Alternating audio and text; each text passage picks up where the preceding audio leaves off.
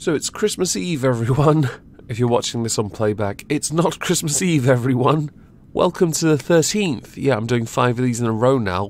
Exhibition of stupidity. The reason for this one is because I don't want to focus on one person. And the reason for that is because the core premise of these videos entirely was to mock lots of things.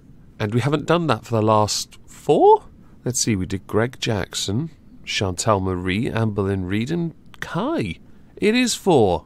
Whoop. So we are definitely due a topic-based, lots of topic-based anyway, video covering many different things that I think some are seasonal, some are not, all of which are worthy of our attention because they're in the recommended topic on my server and I need to get through them because seriously there's so many of them. And not entirely because I think they're all worthy of our time, which they are.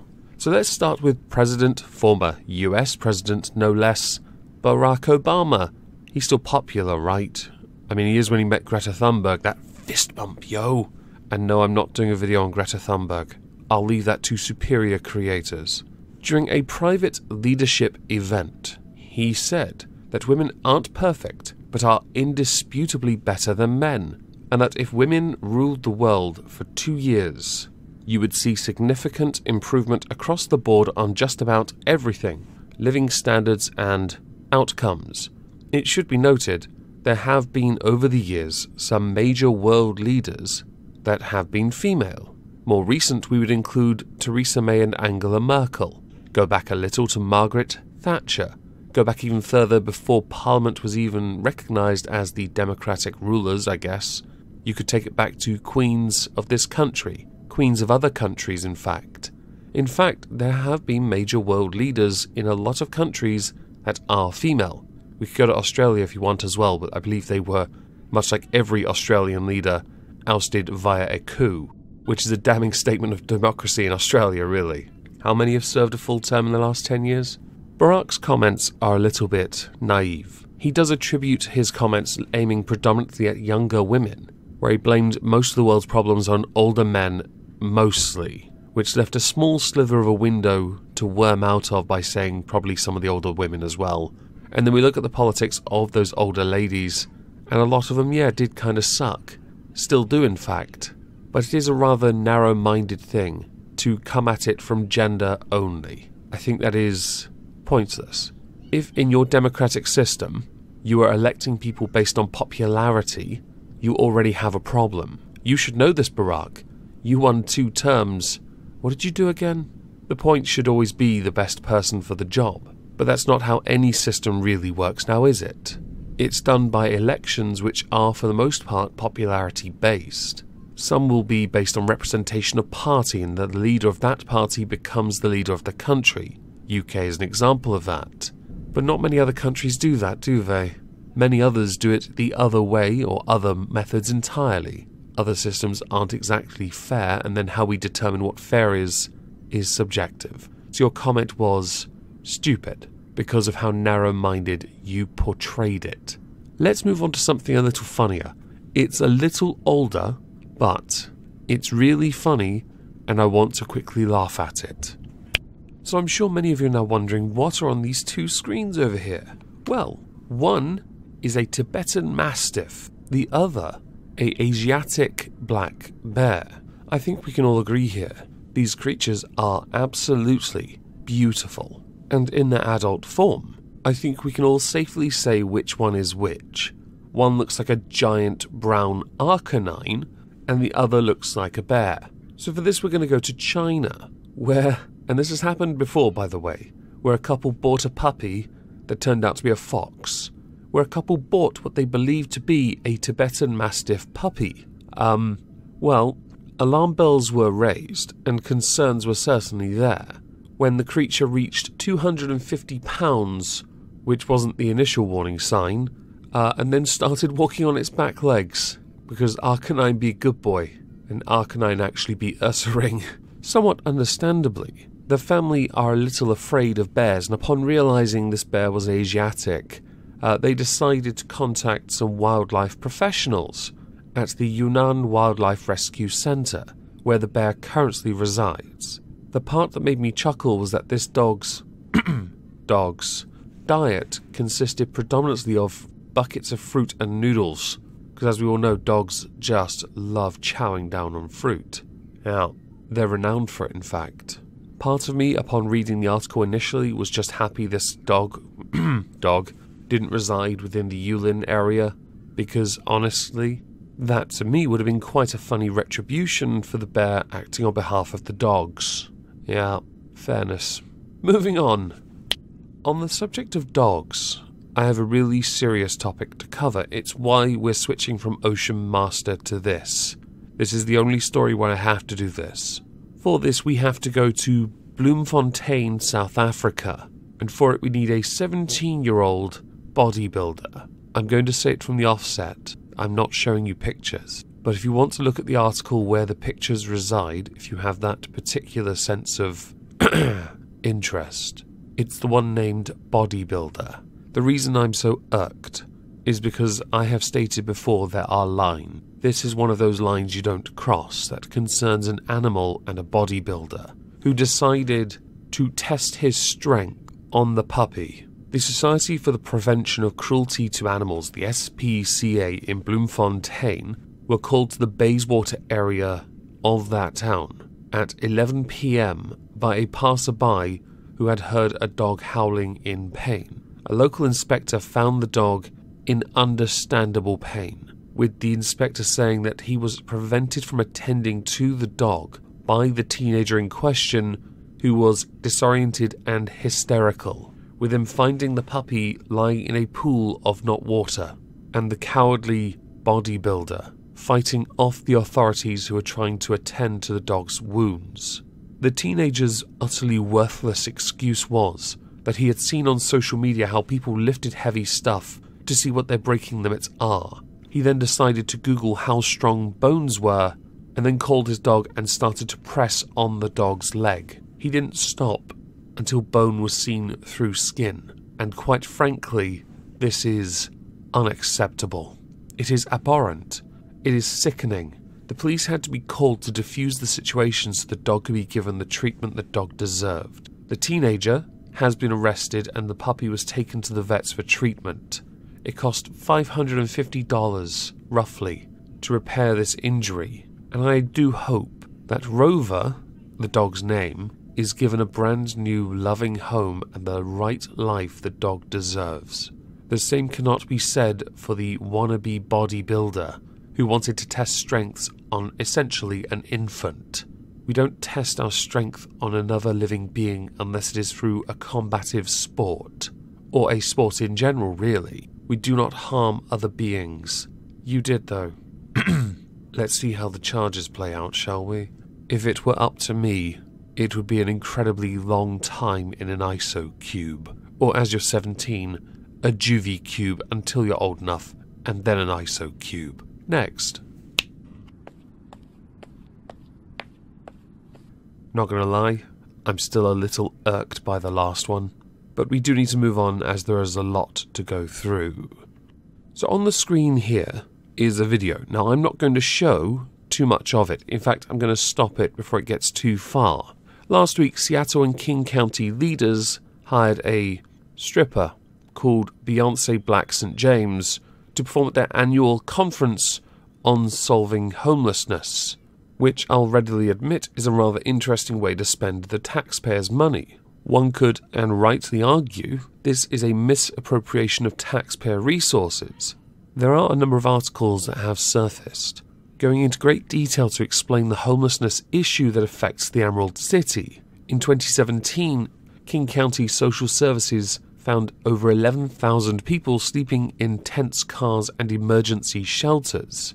The Seattle area spends over $1 billion fighting homelessness every year, which, according to those other numbers, is over $100,000 for every homeless man, woman, and child in King County. Yet with increase in crime, addiction, and more tent encampments in residential neighborhoods, the city's efforts are clearly not working. So when people talk about this and they go into detail about how this issue is affecting their area and also the people who are themselves homeless, it is seen as a utterly frivolous expense that many believe is affirming a radical ideology that puts identity politics above solving actual problems, ahead of those actual problems. That, by the way, was a direct quote from a tweet from Christopher R. Rufo. To me, I think this is a stupid expense at an event where they should be incredibly serious. And I get it. You want some entertainment. Might I recommend someone bring their own ukulele? And I should say, I don't begrudge the performer, I don't care. I'm more interested in how you're spending the money to help tackle a problem by hiring strippers.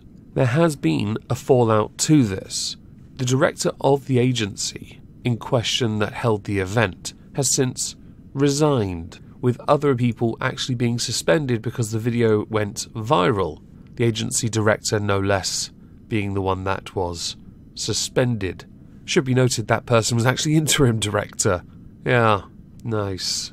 Rather interestingly, when you look at the event in question, the entire theme of the event, the catered lunch at the All Homes annual conference, was decolonising our collective work, with the note on the agenda being lunch with cultural presentation. Fair enough. Moving on. So for a little while there's been a bit of a problem in football, soccer to the Americans. In Italy especially, the problem is quite rampant. I'm not referring to the scuffles, which has caused closed stadium matches, the corruption which has led to some clubs being relegated and banned from transfers. No, I'm talking about the one where apparently the colour of someone's skin matters. My view has always been consistently, I don't care. Just treat everyone the same and we're good. In the top league in Italy, though, there is a problem. There have been chants of monkey noises, bananas being thrown on the pitch, aimed at particular people who are quite talented, because apparently to them, the way to attack someone is to go for the colour of their skin. To combat this, there is an anti-racism campaign. It's certainly something. The posters that are included are on the screens here, because nothing says I'm going to tackle racism more than using monkeys with different face paint on. I get the overarching point behind it, but as far as optics go, this is a poor taste one.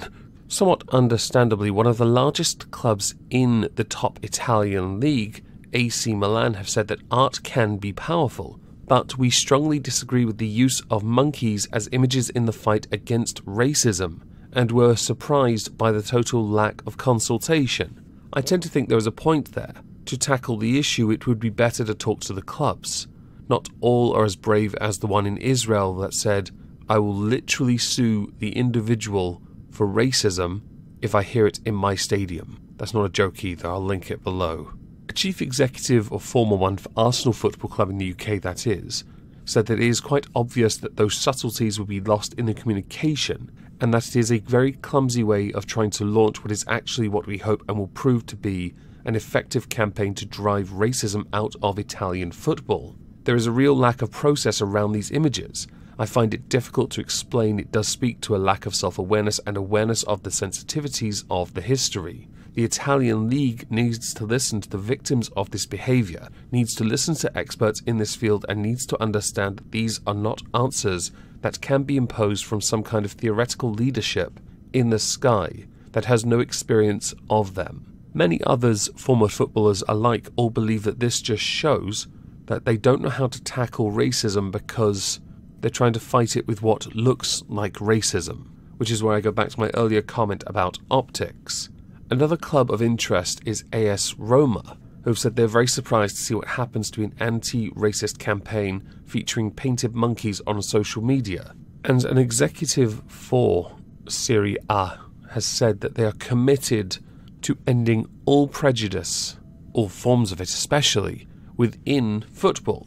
But since they've stood by this campaign, and many others have outright called it out, including anti-discriminatory bodies and charities, one does have to wonder when it will be that they decide, you know what, it's not such a great idea to stick monkeys on an anti-racism campaign, even if the original point I kinda get, but would take a few seconds longer for others to be less outraged about to understand. Might I recommend instead just using pictures of humans?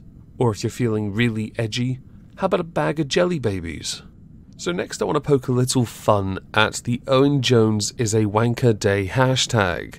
I saw it in passing when I was perusing Twitter, took a screenshot because it was number one. And I thought, oh dear, what has he done now? Turns out he hadn't done anything wrong, it was just started cos.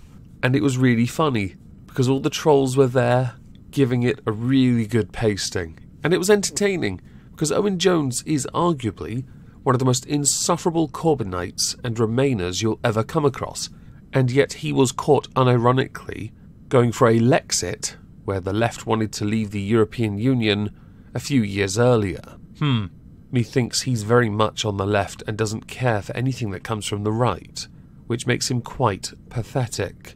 The origin of the wanker remark came from when some lads from somewhere else went for a little day trip to London, and when he was on TV they walked past and shouted, "Owen, you wanker." He has taken a considerable amount of criticism courtesy of this hashtag, but obviously he has a lot of defenders, and they jumped in as well, some of whom saying, "It's the bots, everyone. The bots have come out to back the Conservatives. It's the enemy. Some of his defenders going so far as to say that fascists have signed up to strengthen Boris Johnson, to put no deal back on the table, to have no nurses, workers' rights, trains screwed and being braced for an annual NHS and homeless crisis. But with Owen Jones is a wanker day hashtag trending, this all speaks volumes. No, it's just about Owen Jones here. And Owen Jones being the intrepid journalist and not at all salty person that he is, and this must have taken some time, went and found the very person who started the hashtag, because that's the part that mattered, and not all the criticism that came with it. Because you're not a wanker, Owen. Not even slightly. LOL. Moving on. So the next story I want to cover comes from Canada. You know, that pretty little country up north that apparently never has any sun, and all the snow, and all the woods, and the Castro Prime Minister. Well, a story has come about that a bunch of men in a private conversation have been accused of a bit of racism. What did they say, you might ask? In a private conversation, the word Eskimo came up. So basically, two drunk men on a flight from Labrador to Newfoundland have caused a bit of outrage, which led to them both getting sacked, after it emerged that one of them said Eskimo, which is a politically incorrect term. As far as I was aware, the term Eskimo translated to eats raw fish, which by the Inuit and Yupik tribes, is considered offensive. But as the term Inuit is considered more politically correct, that is usually the one people go with. The two men at the centre of this were at the time working on a hotel renovation project in Nalcor-owned Churchill Falls, which was being overseen by a Mount Pearl company called Cancote Enterprises. David Beck, one of the men in question, pinned his behaviour on being too drunk, with Thomas Scott saying that he was sick to his stomach and him not being able to eat, and so he also attributed it to being drunk, both of whom now in a position where they have no income and they'll live on savings until that's gone. I personally think, while it is stupid that they said what they said if it is deemed insensitive in that area, they didn't need to be fired for saying it. In a private conversation, it should have no impact on what you do in your job, but it does, and we all know that. I personally think if it mattered to the employer so much, perhaps some re-education or a warning, maybe just a slap on the wrist, at best. Taking away their livelihood is an extreme step and also labels them to many as a possible racist when they then try and apply for a new job and they explain how they lost their last one, because they're not going to get a reference, are they? All because of one word, 3 syllables, 6 letters. To me, that's a bit extreme. So this is mostly aimed at the employer as much as it is aimed at the workers. I know we all do and say stupid things when drunk. It's why we don't get so heavily inebriated when we fly, although the fact you managed to get on the flight in the first place is a damning statement for checking in, and that particular air travel company. Moving on, I want a guest spot. I have a guest spot. Shall we have a guest spot? Let's have a guest spot. Take it away, Lord Bear. Hello, everybody. It's your boy, Lord Bear. Don't I look bloody fabulous? So, I'm a bit surprised to be here after Omegon decided to lock me in a cage with Poffit. You know Poffit, right? The green Cthulhu-kin alcoholic with no teeth? Anyway, it's good to be back here and joining the calamari man in his exhibition of silly sausages. For you see, the moistest with the mostest asked me to cover a recent news story, and honestly, I can't stop bloody laughing about it. What industrious capitalist thought of this, eh? A man after my own heart, I'm sure. Get back to work, you toilet trolls! I know you're all sat there on the bog at work playing Candy Crush or arguing with commies on Twitter. Behold, the Poo Patrol! The corporate Poo Patrol is coming after your precious toilet time. Good! Get back to work!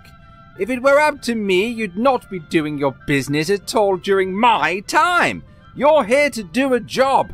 You are paid, which is just as unfortunate, really, with money to get these companies to thrive and flourish, not watch cat videos whilst you go dookie. Businesses have turned to drastic new tilted toilet designs to stop workers spending almost half an hour on the porcelain throne.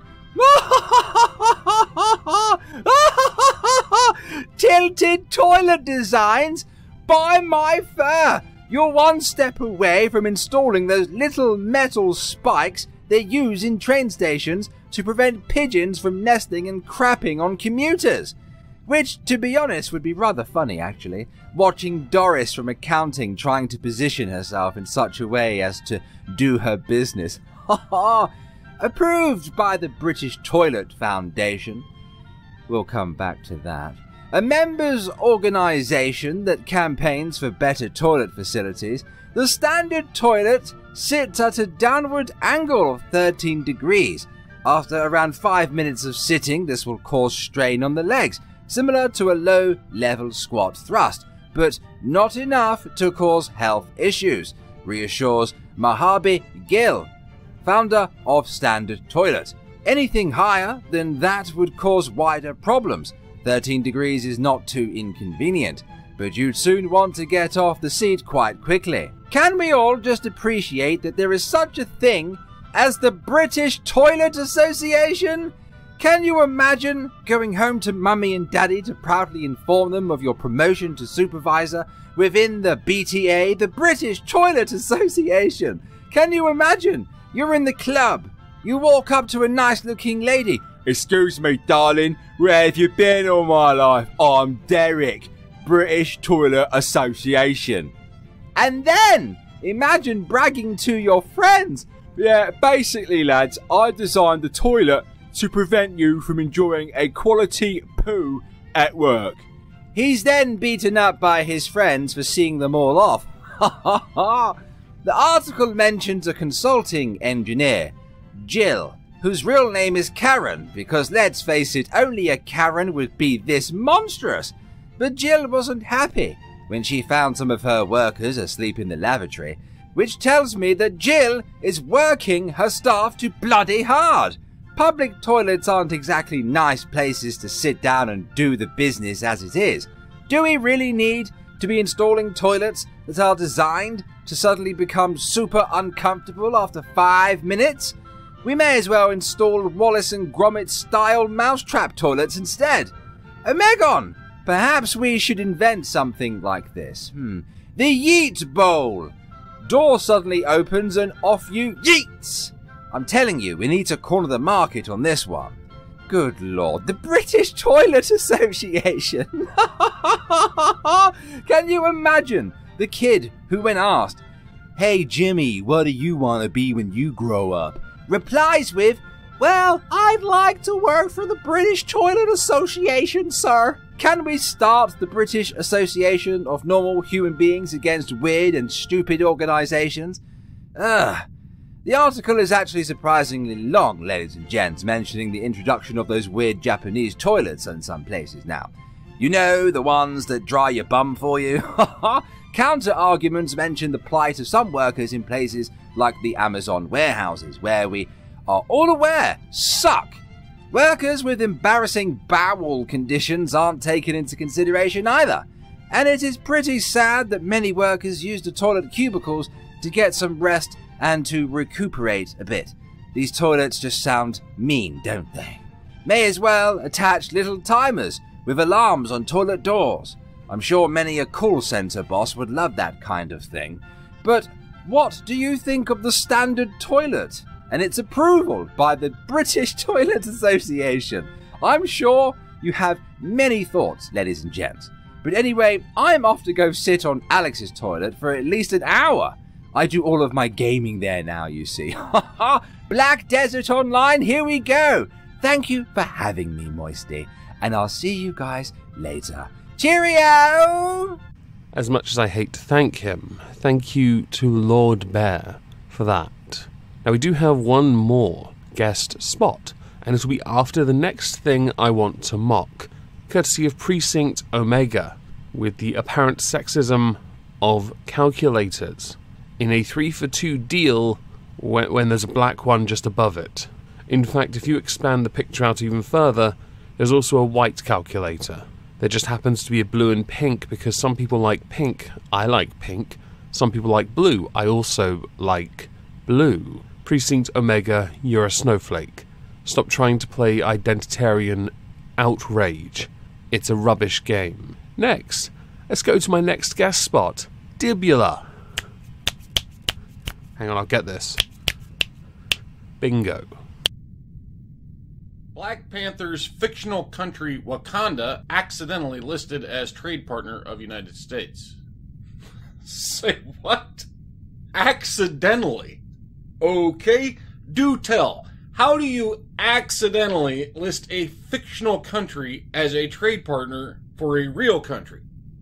Speaking about the situation, USDA spokesman Mike Illenberg told NBC, over the past few weeks, the Foreign Agricultural Service staff who maintain the tariff tracker have been using test files to ensure that the system is running properly. The Wakanda information should have been removed after testing and has now been taken down. Well, okay, that's not as dumb as I originally thought. I mean, I guess that could happen. Personally, I'd suggest training offline in the future, but I don't work for the government, so what do I know? Out of curiosity, though, what is it your staff imagined the U.S. would be getting from this technologically superior fictional country? Amongst the goods supposedly available in Wakanda, according to the website, include live asses, mules, and heinies, and other farm animals.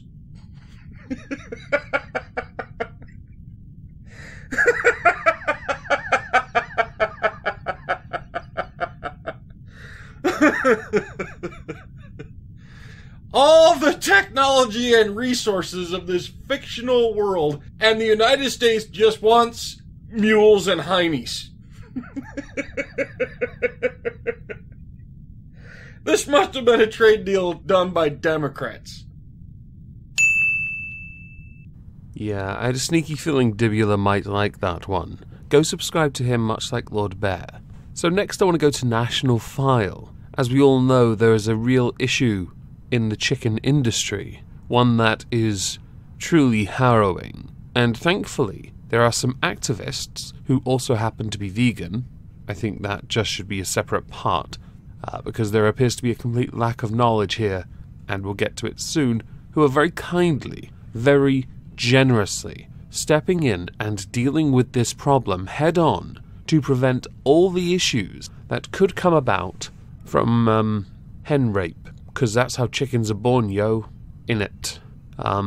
Should somebody give these people an education in the egg thing, the whole insemination thing, how it happens? Give them the birds and the bees for chickens, perhaps, or an omelette, whichever's easiest for them. So these Spanish activists call themselves anti-speciesists, trans feminists, and they highlight issues of consent among chickens. Well, if this bugs them, I'd hate to see how they watch fish procreate. The battering some of the Finns take is astonishing. But, yeah. This is, precious. Now, this is happening in an area of Spain called Catalonia. Catalonia, as many know, wants to separate from Spain. I'd be inclined to let them. just so they can continue to educate themselves in such a high standard.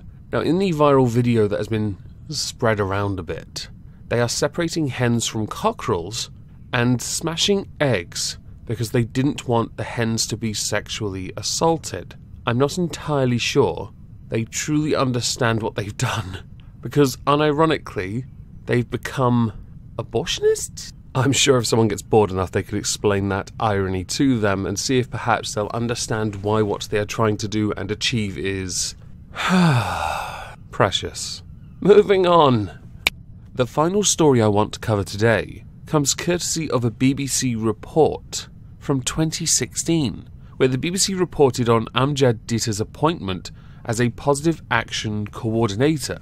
Now, Amjad was actually a Muslim police officer in charge of minority recruitment drives, who was very recently busted. What did he do, you might ask? Well, he is one of 16 men charged with S.E.X offences against children, including rape and traffic. I wonder if that gets through monetization. I'll put it in the Premiere chat if I can't be bothered to say it again. Now, the BBC reported in 2016 that the West Yorkshire Police appointed an officer with a brief boost of numbers to black and minority ethnic people to join the force. The latest Home Office figures show that 5.1% of officers in the force come from black and minority ethnic origin, compared with the national average of 5.5%, which is actually pretty good for representation. Census figures for 2011 show the country's black and minority ethnic population is 18.2%, so naturally they want to improve it to match that. The then Home Secretary Theresa May said the proportion was not good enough. We must have equal representation across the board. Well, the men involved, there are quite a lot of them, all of whom have incredibly English names. Yeah, this really does hammer home a point about diversity for the sake of diversity as opposed to diversity for the sake of quality. It doesn't matter the colour of your skin or the ethnicity or background you come from. What matters is you are the best person on the street. Whether Amjad Ditta was any good as a police officer, that doesn't matter anymore because of what he is now facing. For being somebody that is charged with protecting and serving, the sentence, for me, is life in an ISO. Now, there were a lot of stories today, and I have to thank all the lovely people on my server for putting them there so I could go through them, including those I received in DMs that were far too much to show in this video. With them, I would very much like to know what you think was the stupidest. There were quite a few, so by all means, take your time. Now, there won't be a video tomorrow, because I shall mostly be drinking, but I will be streaming tonight on Omega Play some Euro Truck Simulator. So if I don't see you over there tonight, 9 PM GMT, or 8:30 if I'm a bit bored, I hope you'll have a fantastic Christmas. Meggy Moistmas. And thank you all for listening.